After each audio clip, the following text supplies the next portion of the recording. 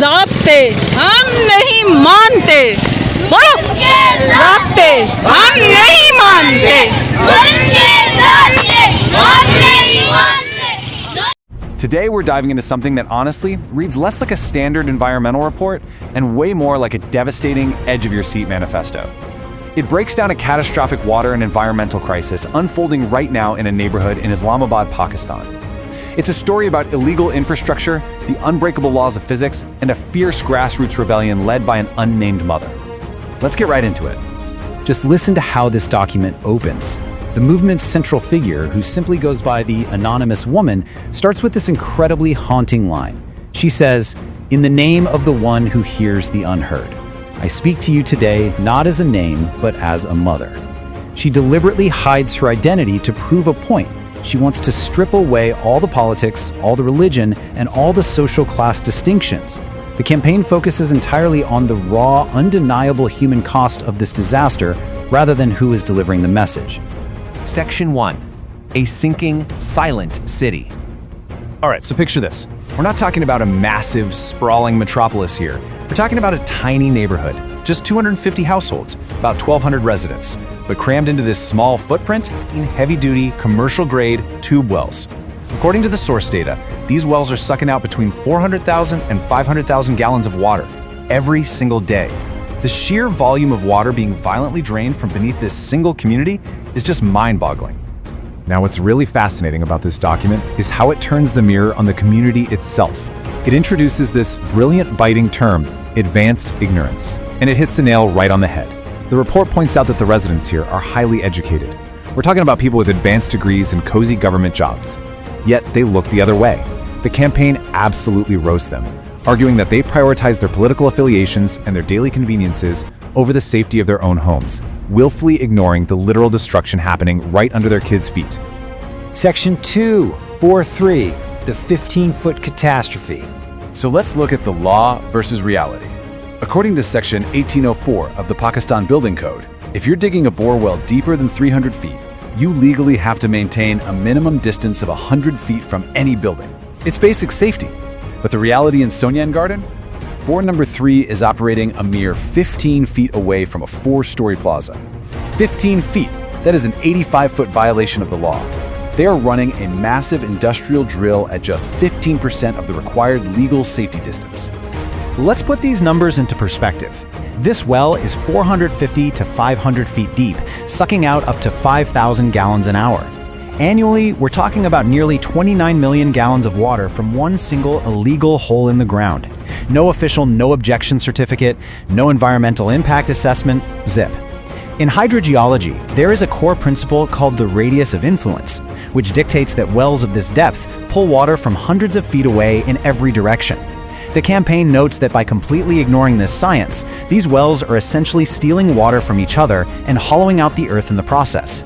And that exact scientific ignorance brings us to this utterly terrifying number, 85%. You see, underground water actually provides the hydrostatic pressure that holds soil particles apart. When you pump out 500,000 gallons a day, the soil violently compresses. The report notes that subsidence in this area is projected at up to 150 millimeters a year. That means the ground could drop a full 1.5 meters in a single decade. And if even a moderate earthquake hits, because of that 15-foot distance we just talked about, there is an 85% probability that adjacent buildings will just completely collapse. It is quite literally a ticking time bomb. Section 3. The human toll. The source document then strips away all the math and the data to show us the devastating human reality. When these illegal wells drill down past 400 feet, they don't just find water, they start pulling up toxic heavy metals. So to keep up with this community's insatiable, blind demand for water, they are quite literally poisoning their own children. Section 4. The anonymous woman awakens. The manifesto outlines her incredible journey in 3 distinct phases. In Phase 1, she operated completely in the shadows, secretly mapping the precise GPS coordinates of all 8 legal bores.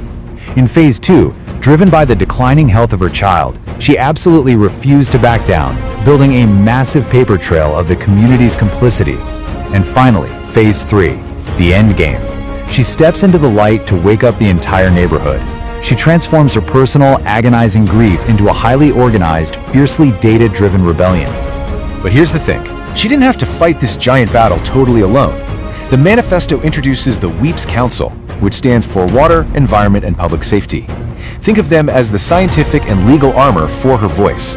They're the ones who formally exposed the nature bores and built an airtight legal case using the Pakistan Environmental Protection Act of 1997. They provided a safe platform for the anonymous woman to speak her truth, all while painstakingly documenting every single violation to present in court. Section 5. Independence from Ignorance. Now this is where the campaign does something truly brilliant. The anonymous woman and the WEP's Council make a massive declaration. They announce that August 14th, 2026, which happens to be Pakistan's actual Independence Day, will officially be known in their community as the Day of Liberation from Ignorance and Lack of Awareness. It's this electrifying repurposing of a national holiday, transforming it into a nationwide environmental crusade. She vows to take this message everywhere, from the streets of Karachi all the way to the mountains of Balochistan. And they aren't just shouting into the void here. They have concrete, actionable demands. Step 1. An immediate shutdown of the incredibly dangerous bore number 3. Step 2. The submission of all their gathered GPS evidence directly to the Capital Development Authority. Step 3. File formal legal complaints with the Environmental Protection Agency. And finally, Step 4. Pivot to actual, long-term solutions, demanding the implementation of rainwater harvesting and sustainable management instead of just bleeding the earth dry.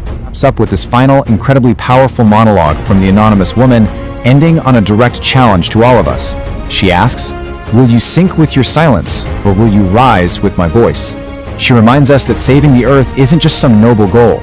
It is a fundamental duty. By putting the cold, hard science right next to the brutal human reality, this manifesto leaves us all with one final haunting question. When faced with the destruction of your own community, will you stand with her?